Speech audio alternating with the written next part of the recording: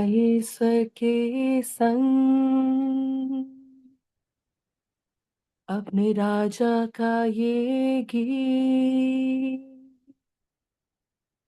जो था और जो है वही आने वाला है। हम गाएं स्वर के संग अपने राजा का ये गीत जो था और जो है वही आने वाला है। हालेलुया आमीन। हालेलुया आमीन। हालेलुया आमीन। हालेलुया आमीन। हर एक आँख देखेगी महिमा यीशु की हमेशा के लिए। हम गाए विजय गीत। हर एक आँख देखेगी महिमा यीशु की हमेशा के लिए। हम गाए विजय गीत। हालेलुया आमीन।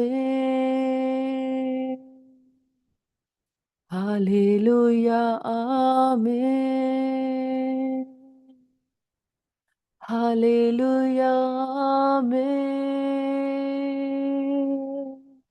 हालेलुया आमीन। हालेलुया आमीन। हालेलुया आमीन। हालेलुया आमीन। हालेलुया आमीन। Praise the Lord.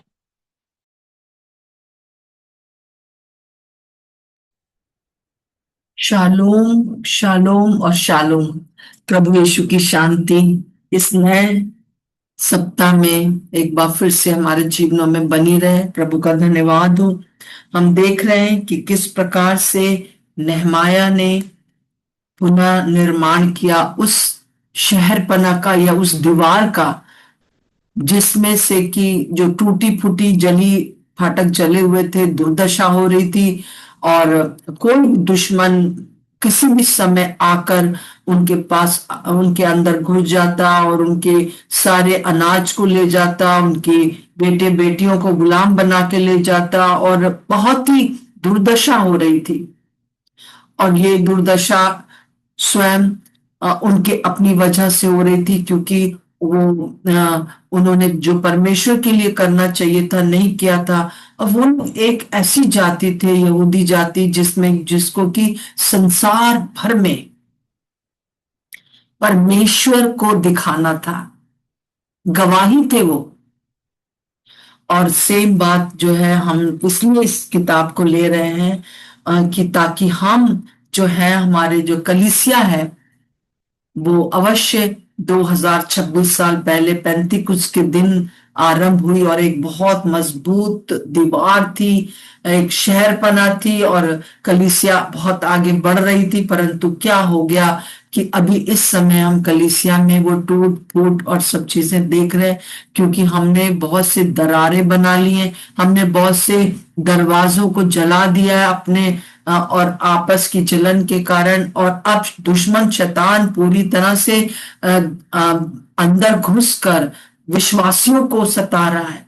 तो आज हम लोग के लिए प्रभु चाहता है कि हम लोग इस नेहमाया को लेकर जो रीबिल्ड उसने किया वो हम भी अपनी अपनी कलीसिया के लिए रीबिल्ड करें, और उसके लिए सबसे पहले हमें नेहमाया के समान जो है वो एक एक दर्द होना जरूरी है।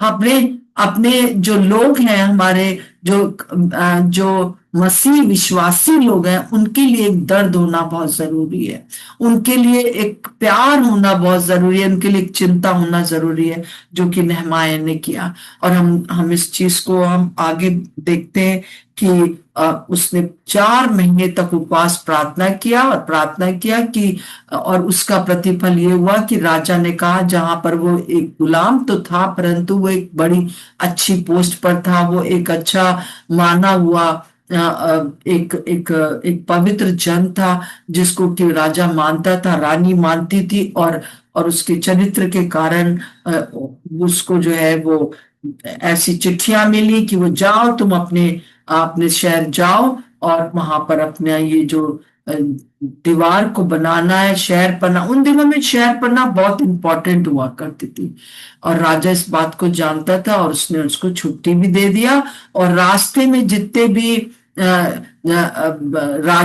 राज्य पड़े उनके लिए चिट्ठियां भी दे दी, और उस पैसा भी दिया।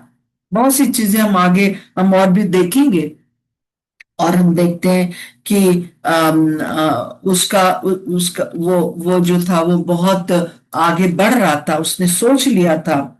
और परंतु हम देखते हैं कि जैसे ही उसने अभी काम शुरू ही नहीं किया था, उसके मन में ही था, वो मुंह से बिल्कुल कुछ बोला ही नहीं था, तभी जब जब हम 9 और 10 को देख पढ़ते, तब 9 और 10 दो का, नेहमाया 2 का 9 और 10, तब मैंने महानद के पार के अधिपतियों के पास जाकर उन्हें राजा की चिट्ठी दी।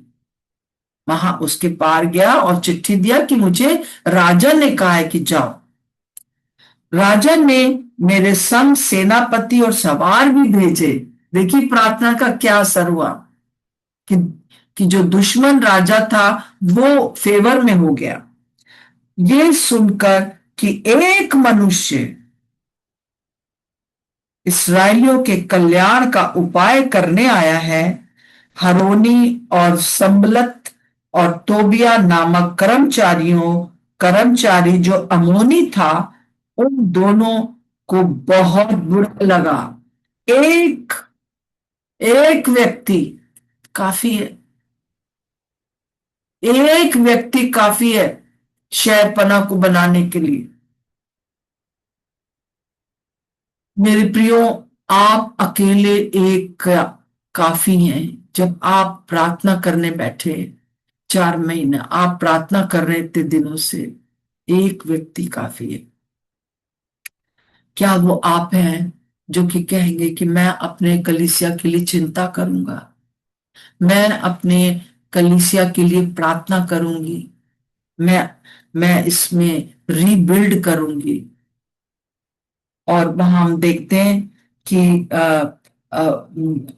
उन लोग को दो दो खड़े हो गए, और दुश्मन, और जहां लिखा है ना बहुत बुरा लगा, तो मैंने आपने इसमें देखा डिक्शनरी में वहां पे लिखा था आग बबूला हो गए। आग बबूला, आप समझते हैं? किसी ऐसी जैसे आग बबूला कोई आ जाए, मतलब कि एकदम से गुस्से में, तो आप डर जाते हैं ना। मैं बहुत जल्दी इस चीज को मैं बहुत एकदम से कोई आ जाए और चिल्ला पड़े और आग बबूला जैसे हो जाए, तो एक एक स्वभाव में है कि डर जाते हैं, और हम देखते हैं कि उसको उसका विरोध करने लगे, है ना। और जब मैं यरूशलेम पहुंचा, तब वहां 3 दिन रहा, परंतु ये सारी चीजें जब वो आग बबूला हो गए, और हम आगे भी देखेंगे, तो तब तब उसने उसकी उसकी प्रतिक्रिया क्या थी। जब उसने शुरू ही किया था, अपनी यात्रा शुरू कर दी, मुंह से भी नहीं बोला था, यरूशलेम वासियों को भी कुछ नहीं बताया था, वहां के याजकों को भी कुछ नहीं बताया था, वहां के जो प्रधान थे उनको भी कुछ नहीं बताया था, अभी कुछ नहीं हुआ था, परंतु उसने उसने उसकी जब उसने सुना कि ये संबलत और हरोनी जो है वो और तोबिया, ये दोनों कर्मचारी मेरे विरुद्ध खड़े हो रहे हैं, तब उसने उसकी प्रतिक्रिया क्या थी? देखिए 11 और 12 में लिखा है, तब मैं यरूशलेम पहुंच गया, तब वहां 3 दिन रहा। आराम किया उसने 3 दिन, आराम की प्रार्थना किया होगा, सोचा होगा, अपने दिमाग में पूरा प्लान किया होगा, है ना। हम और आप होते तो हम कहते थे, ए सुनो, राजा ने मुझे भेजा है, चलो निकलो यहां से। और वो जल्दबाजी करता तो शायद जो लोग उसके साथ विश्वास योग्यता से अंतिम समय तक खड़े रहे, वो उसके ऊपर विश्वास नहीं करते और एकदम से कुछ होता, परंतु वो 3 दिन आराम से रहा। और फिर उसने क्या किया, तब मैं थोड़े पुरुषों को लेकर रात को उठा, मैंने किसी को नहीं बताया कि मेरे परमेश्वर के ने यरूशलेम के हित के लिए मेरे मन में क्या उपाय डाला है। कई लोग एकदम हड़बड़ा के बोलते हैं कि ये होने वाला है, वो होने वाला है, पर उसने असर नहीं किया।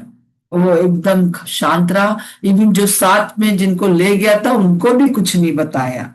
अपनी सवारी के पशु को छोड़ कोई पशु मेरे संग ना था। मतलब उसने वहां के सवारी को भी नहीं लिया कि गधा ले ले या घोड़ा ले ले, उन दिनों में यही होता था, और पालकी ले ले, है ना। कुछ नहीं कहा उसने, उन लोगों की यरूशलेम की सवारी की भी बात नहीं करी, ने कुछ नहीं लिया, बस अपना उसने सवारी अपनी रखी और उसी से गया। मैं रात को तराई के फाटक में होकर निकला और अजगर के सोते की ओर और पूरा फाटक के पास गया और यरूशलेम की टूटी हुई शहरपना और जले फाटकों को देखा। उसने निरीक्षण किया जाकर, अपनी योजना किसी को नहीं बताई, चुपचाप रहा। और फिर उसके बाद उसने जो है मुआयना किया या निरीक्षण किया कि जो मेरे भाई लोग बता रहे हैं वो कैसा है। और वो अंदर प्लानिंग कर रहा होगा, अपने अंदर योजना बना रहा होगा कि अब क्या करना है। तो हम देखते हैं कि जो जो इसकी प्रतिक्रिया थी वो कितनी मिच्योर है, मतलब कितनी परिपक्व था वो हड़बड़ा के नहीं गया कि यरूशलेम के लिए मेरे मन में परमेश्वर ने क्या डाला है वो मैं तुम्हें बताता हूं, नहीं। उसने बहुत धीरे से सब कार्य को किया। हम आगे भी देखते हैं यहाँ पर कि किस प्रकार से 13 से हम 16 के बीच में हम पढ़ते हैं कि तब मैं आगे बढ़कर सोते के फाटक और राजा के कुंड के पास गया, परंतु मेरी सवारी के पशु के लिए आगे जाने को स्थान ना था। तब मैं रात ही रात नाले से होकर शहरपना को देखता हुआ चढ़ गया, फिर घूमकर तराई के फाटक से भीतर आया और उस प्रकार लौट आया। हाकिम न जानते थे कि मैं कहाँ गया, मतलब जो शहर के हाकिम थे वो नहीं जानते थे।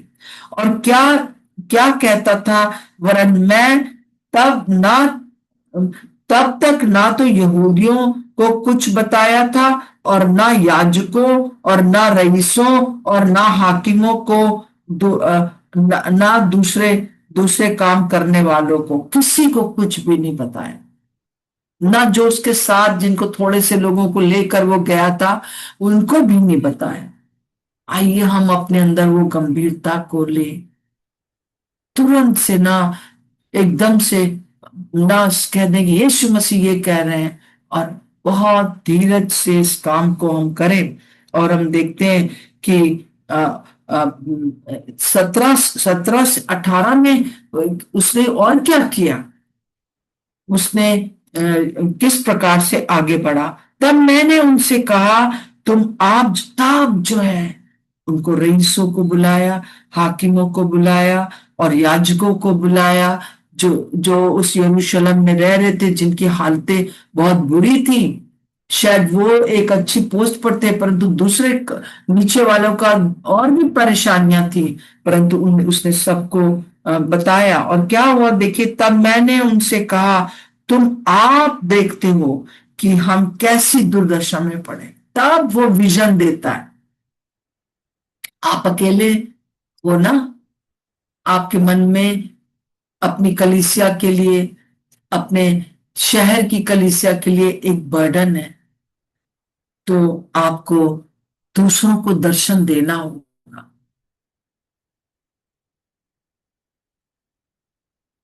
और ये दर्शन जो है, इसको इसको आपको बताना होगा, ताकि लोग इस बात को जान लें कि हाँ, जैसी जैसा कलीसिया को काम करना चाहिए था हम नहीं कर रहे हैं।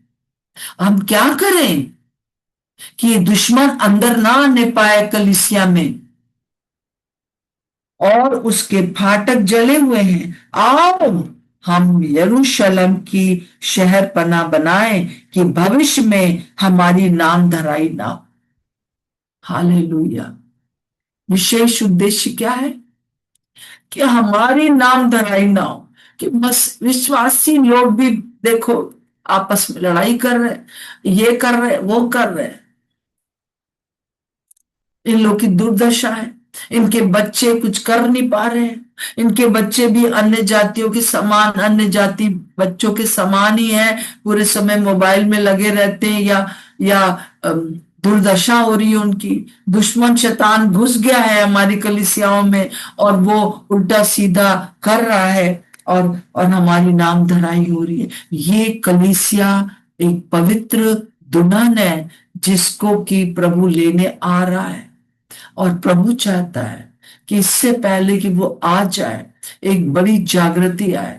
परंतु जब दुश्मन ही अंदर बैठा हुआ है, तो जागृति कैसे आएगी? दुल्हन की ये झुर्रियां, दुल्हन के जो जो दाग और झुर्री कैसे हटेगी? कैसे वो उसको उसको तैयार करेगा? आपके और मेरे द्वारा।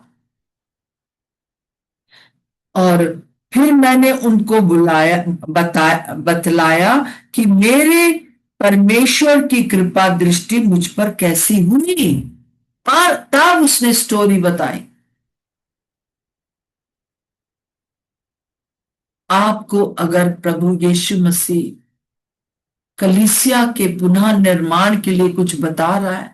कल एक बहन ने मुझे फोन करके कहा कि मुझे नहीं मालूम है क्या हो रहा है, मुझे एक हफ्ते से कि मैं जब भी प्रार्थना करने बैठती हूँ मुझे बहुत रोना आता है, क्योंकि मैं कलीसिया के अंदर उस दर्शन में देख रही हूँ कि कैसे लोग क्या कर रहे हैं। और वो लोग जो जो गलत शिक्षाओं में लगे हुए हैं, और वो आपस में लड़ाई कर रहे हैं, एक दूसरे को गलत मुंह से बोल रहे हैं। जैसे मैं आपको फ्राइडे को भी बता रही थी, गलत गलत प्रार्थना कर रहे हैं। किसके लिए? अपने ही विश्वासियों के लिए, अपने ही जो है पास्टर्स के लिए, और अपने जो अनॉइंटेड लोग हैं उनके लिए। तो उस मैंने कहा कि तो बहन, आप प्रभु की तरफ से आपको प्रभु वो बर्डन दे रहा है जो अभी तक आप नहीं देख पा रहे थे। आप भी दूसरे लोगों के समान शायद जिस कलीसिया में जाते हो, बुराई करके बस ठीक है, वो चर्च के बाद अरे उसने ऐसे किया, उसने वो किया, बस चले आते हो। परंतु जिस दिन आपको अपनी कलीसिया के जो जो दुश्मन, जो शैतान ने जिस तरह से काम कर रखा है, परमेश्वर का क्या क्या योजना है? इस कलीसिया के द्वारा एक बड़ी जागृति आए, इस कलीसिया के द्वारा बहुत सी आत्माएं बचे, इस कलीसिया के द्वारा बहुत से लोग जो कि चंगाई प्राप्त करना, बीमार हैं हर प्रकार से, शारीरिक रूप से बीमार है, आत्मिक रूप से बीमार है, आर्थिक रूप से बीमार है लोग, और मानसिक रूप से बहुत ज्यादा बीमार है, और भावनात्मक रूप से भी बीमार है। उन लोगों को कलीसिया को जाके लाना। जितने आप बैठे हैं, आप सब कभी ना कोई बीमारी में थे, आत्मिक बीमारी में थे, और परमेश्वर किसी न किसी के द्वारा आपको लेके आया। आपको वो किसी न किसी बनना है। और फिर तब उसने क्या किया, 18वें पद में, फिर मैंने उनको बताया कि मेरे परमेश्वर की दृष्टि मुझ पर कैसी हुई है और राजा ने मुझसे क्या क्या बातें की हैं। जाओ, तुम अपने शहर जाओ और अपने देश में जाकर उस शहर पना को ठीक करो। तब उन्होंने कहा, आओ। तब अब ये दर्शन जो था, बड़े आराम से नेहमाया ने दूसरों को दे दिया, हाकिमों को, याजकों को, अन्य काम करने वालों को, और और शहर में जितने भी लोग थे, अमीर गरीब, सबको दर्शन दे दिया। और सबने क्या कहा, आओ हम कमर बांधकर बनाने लगे। और उन्होंने इस भले काम को करने के लिए हियाव बांध लिया। क्या आप किस बात के लिए लोगों को हियाव बनाने के लिए कह रहे हैं? क्या आप आपस में ही लड़ाई कर रहे हैं? क्या आप आपस में ही एक दूसरे की नुक्ताचीनी कर रहे हैं? क्या मैंने देखा है कि एक ही कलीसिया में लोग जो है इतने आपस में एक दूसरे को घृणा करते, एक दूसरे के ऊपर इल्जाम लगाते, उनकी बातों को क्षमा नहीं करते। वो उनको, ऐसे लोगों को उसने उसने ऐसा कर दिया। उन्होंने कहा, "आओ, हम लोग सब मिलकर जाएंगे, इकट्ठा हो जाएंगे, हम सबके पापों को, हम जो हमारे दुश्मन हमको गलत बातें कह रहे हैं उनको भी हम माफ करेंगे और अंदर भी माफ करेंगे।" मैं आपको बताना चाहती हूँ कि सचमुच में दो प्रकार से जो है वो लड़ाई है हम लोगों की। जो प्रभु की कलीसिया को रीबिल्ड करना चाहते हैं, वो देखना चाहते हैं जागृति। हमारी हमारी लड़ाई बाहर से भी है, सम्मत और अमोनी लोगों से भी है, और अंदर भी है, कलीसिया के अंदर भी है। अगर आपने इस बात का निश्चय कर लिया है कि आपके द्वारा बहुत सी आत्माएं प्रभु के पास आएंगी, लोग चंगाई प्राप्त करेंगे, अगर प्रभु ने आपको अनॉइंट कर दिया है, तो आपकी अनॉइंटिंग के विरोध में दुष्ट आत्माएं अभी से लग गई हैं और आपको पता नहीं है।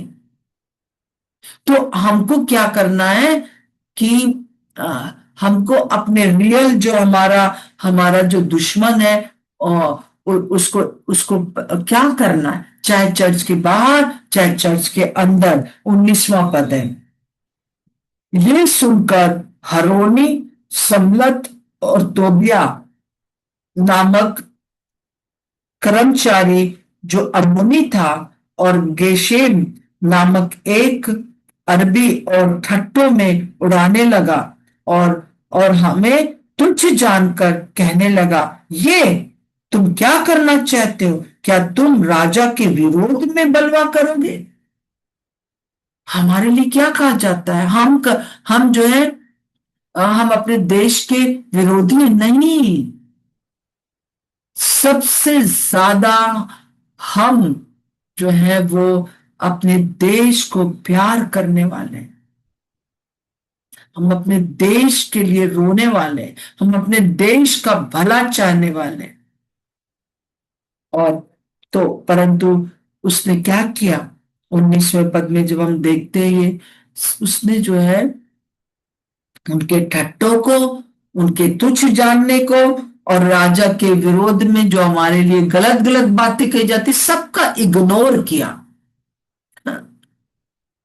आपको पता है, जब दाऊद गया अपने भाइयों से मिलने के लिए, कि गोलियात जहां पर रोज कि बोल रहा था 40 दिन तक कि कौन है जो कि मुझसे लड़ाई करेगा, ये वो, और कहते राजा भी परेशान था, शाऊल राजा भी परेशान था, सारी सेना परेशान थी। एक तरफ सारी सेना और शाऊल राजा परेशान था उस गोलियात से, एक से।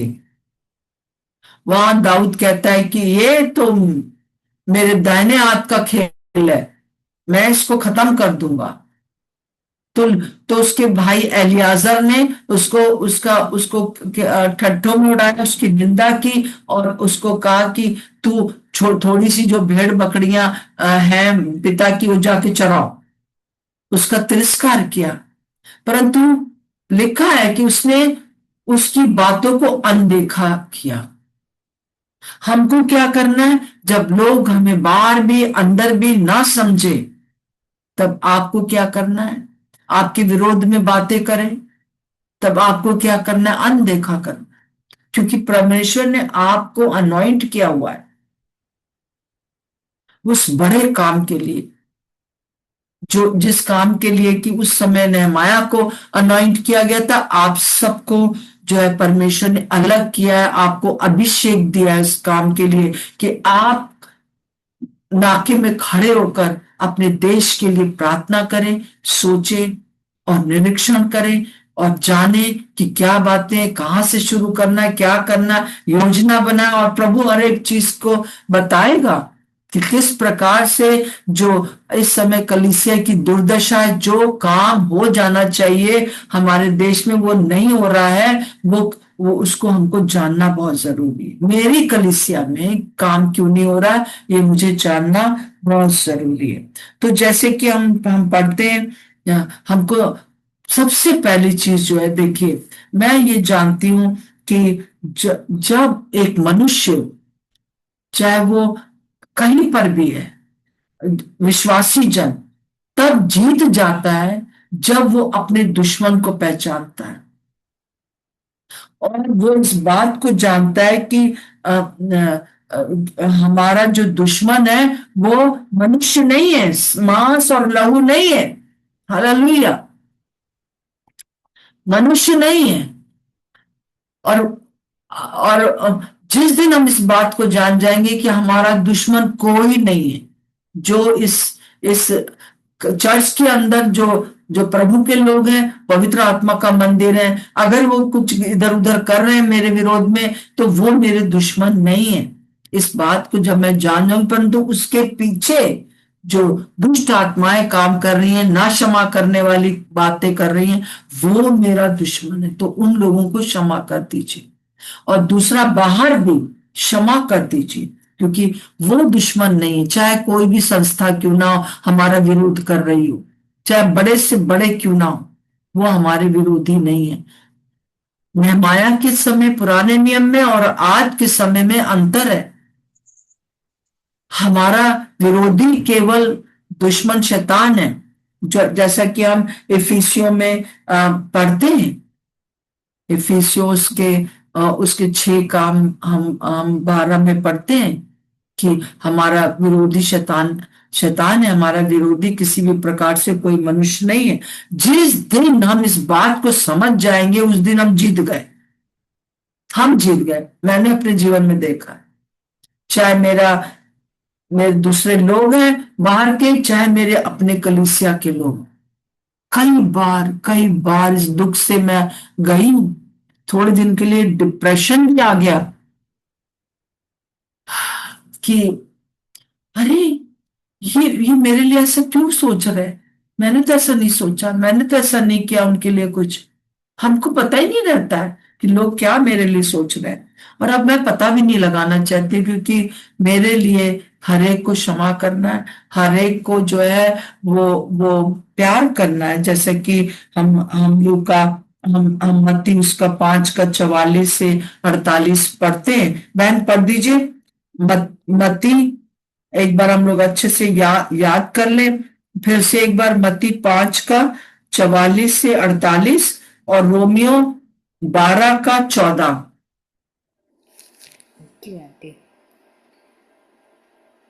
परंतु मैं तुमसे ये कहता हूँ कि अपने बैरियों से प्रेम रखो और अपने सताने वालों के लिए प्रार्थना करो, जिससे तुम अपने स्वर्गीय पिता की संतान ठहरोगे, क्योंकि वह भले और बुरे दोनों पर अपना सूर्य उदय करता है और धर्मी और अधर्मी दोनों पर मेंह बरसाता है। क्योंकि यदि तुम अपने प्रेम रखने वालों ही से प्रेम रखो तो तुम्हारे लिए क्या फल होगा? क्या महसूल लेने वाले भी ऐसा ही नहीं करते? यदि तुम केवल अपने भाइयों ही को नमस्कार करो तो कौन सा बड़ा काम करते हो? क्या अन्य जाति भी ऐसा नहीं करते? इसलिए चाहिए कि तुम सिद्ध बनो, जैसा तुम्हारा स्वर्गीय पिता सिद्ध है। हालेलुया। जैसा तुम्हारा स्वर्गीय पिता सिद्ध है। लूका उसका 23 का 34 में पढ़ते हैं, हे पिता इन्हें क्षमा कर क्योंकि जानते नहीं कि क्या करते हैं। ये सिद्धता है, जानते नहीं है, जानते नहीं कि वो क्या कर रहे हैं। सो हमको हर एक को क्षमा करना है। और दूसरी बात जो है, यमुना उसका 16 का मैं आप चाहती हूँ कि आप इसको जरूर से पढ़ें। यमुना 16 का और उसकी 33वीं आयत में मैं जल्दी से पढ़ दूंगी। मैंने ये बातें तुमसे इसलिए कही हैं कि शांति तुम्हें मुझ में शांति मिले।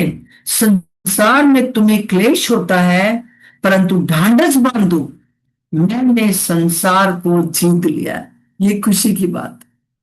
उस समय जो जो लड़ाई थी वो नेहमाया की अलग तरीके की थी। हमारी लड़ाई जो है वो प्रभु यीशु मसीह ने पहले जीत ली। बस एक काम करना है, अनदेखा करने के लिए क्या करना पड़ेगा? क्षमा करना पड़ता है ना। अगर दाऊद जो है अपने भाई एलियाजर से ही लड़ने लगता, तब क्या होता? क्या वो गोलियात को मार गिराता?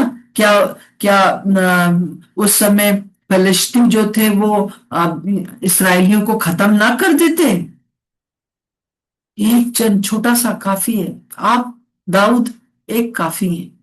बस एलियाजर की बात को जो इग्नोर करिए, चाहे बाहर का चाहे अंदर का, हमको उसको हटाना है। आइए हम लोग प्रार्थना करें कि हम विश्वासियों के बाद, हम जो विश्वासी जो के विरोधी लोग हैं, वो हम उनकी ठट्टों को, उनकी गलत बातों को अनदेखा करें बस। और अनदेखा करने के लिए क्षमा करना जरूरी है। हमें ये जानना है कि हमारा दुश्मन कोई मनुष्य तो बिल्कुल नहीं है, न चर्च के अंदर न चर्च के बाहर। जिस दिन आप ये जान जाएंगे, उस दिन आप समझ लो बिल्ड कर देंगे, जो प्रभु की इच्छा है वो कर लेंगे। तीसरा जो प्रार्थना का विषय है, जो विश्वासी सुसमाचार के कारण सताए जा रहे हैं, आइए उनके लिए हम प्रार्थना करें। क्योंकि हम इस बात को लेकर कि तुम्हारे यहाँ पर क्लेश तो होगा, परंतु जो है परमेश्वर यीशु मसीह ने जो है संसार को जीत लिया। ये एक धन्यवाद का विषय है। आइए हम प्रार्थना करेंगे। मैं चाहती हूँ कि कोई भी जन, एक जन प्रार्थना करे, और नेहा आप भी प्रार्थना कर दीजिए आखिरी में। जी, कोई भी एक जन बहुत जल्दी से इस बात को करें। हाँ।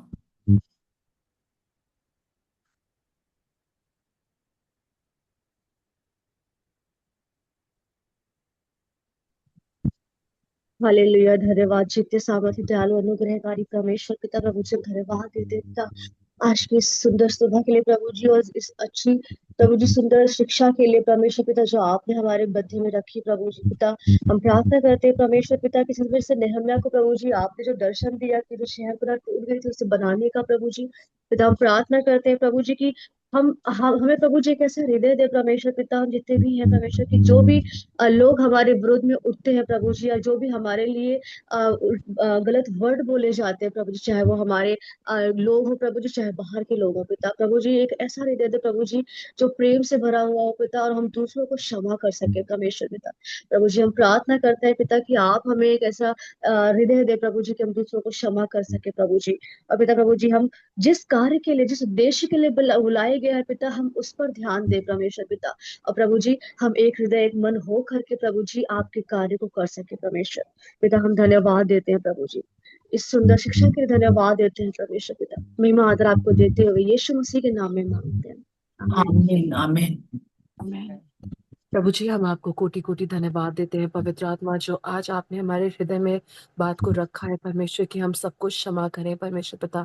प्रभु आपने प्रभु जी हमें हायर पर्पस के लिए बुलाया है प्रभु, और आज हम प्रार्थना करते हैं प्रभु कि हमारा जो दृष्टि प्रभु हमारे भाई बहनों के विरोध में उठता है प्रभु, वो वहां से हट के प्रभु हम उन्हें क्षमा करते हैं, और प्रभु हम आपकी ओर अपनी दृष्टि को लगाते हैं प्रभु जी। जो कार्य आपने हमें हमारे लिए रखे हैं प्रभु जी, हम वो ही करेंगे परमेश्वर। प्रभु जी आपने हमारे बोलने में सामर्थ दी है प्रभु, क्योंकि आपने संसार को जीत लिया है प्रभु जी। और हम प्रार्थना करते हैं प्रभु जी कि हमारा फोकस प्रभु जी किसी भी रीति से कौन हमारे लिए क्या कह रहा है उस पर नहीं रहेगा परमेश्वर। हम सबको क्षमा करते हैं प्रभु, और हम आपके ऊपर प्रभु जी अपना फोकस करेंगे। आप हमसे क्या कह रहे हैं प्रभु जी, हम स्पष्ट रीति से सुनेंगे, और प्रभु जी हम उन्हीं कार्य को करेंगे जो आप हमसे चाहते हैं। प्रभु जी आपने प्रभु जी दुश्मन को कोई भी अधिकार हम पर नहीं दिया है प्रभु, इस बात के लिए हम आपका धन्यवाद देते हैं। प्रभु जी आपने दुश्मन को ऑलरेडी हरा दिया है प्रभु जी, हम इस बात के लिए आपका धन्यवाद देते हैं प्रभु।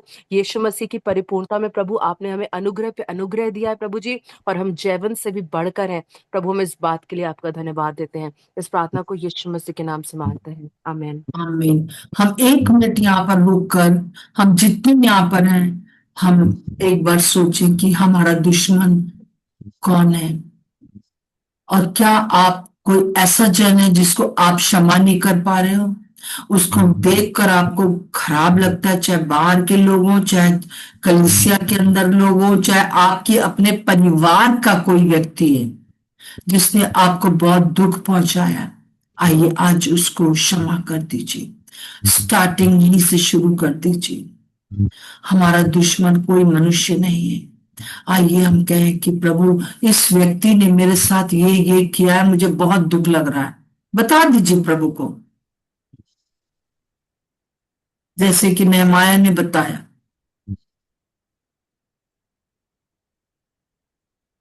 और उसने तो उनके लिए मांगा कि उन लोग साथ ये हो जाए वो हो जाए, परंतु हमें जो इस नए नियम के जो रीबिल्ड करने वाले, हमको उनके लिए कहना है प्रभु ने क्षमा कर दीजिए, क्योंकि जानते नहीं कि क्या करते।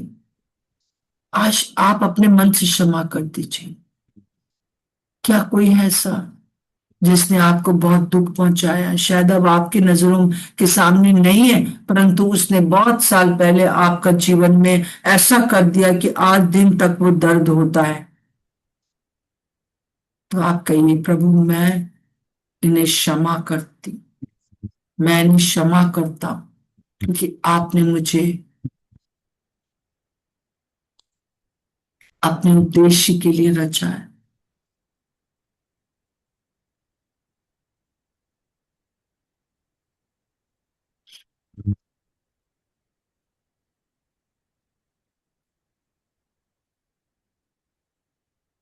प्रभु आपको कह रहा है, जब आप कह रहे हैं कि मैं क्षमा कर देती हूँ, तो प्रभु आपको कह रहा है शाबाश मेरे बेटे, शाबाश मेरी बेटी। ना केवल तू मेरा बेटा और मेरी बेटी है, परंतु तू मेरी दुल्हन है। तू मेरा काम करेगी।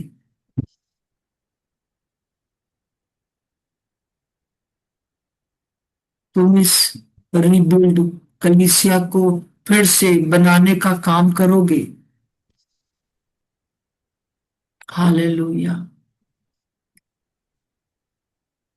हो सकता है कि आपके परिवार में कोई ऐसा जन था जिसे आप माफ नहीं कर पाते हो।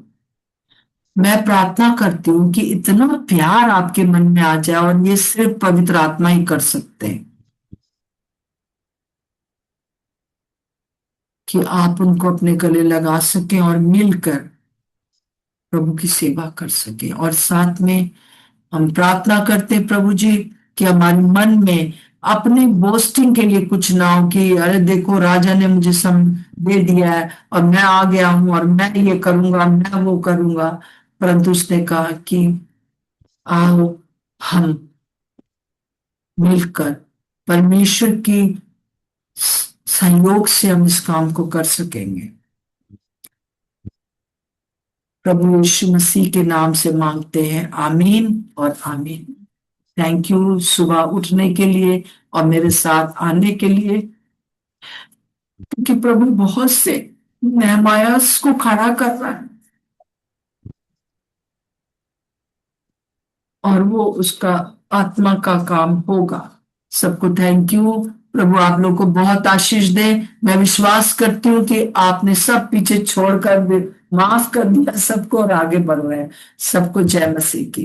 जय मसीह की। जय मसीह की मम्मा। जय मसीह जय मसीह की। जय मसीह की। बहुत आशीष की। जय मसीह की सभी बहनों को। जय मसीह की। जय मसीह की। सबको बहुत आशीष मिले और दिन आपको उसमें रहिए, जय किसी मसीह समाज की करना है, दीदी। बातों को इग्नोर करना है। ओके, शालोम शालोम और शालोम। सबको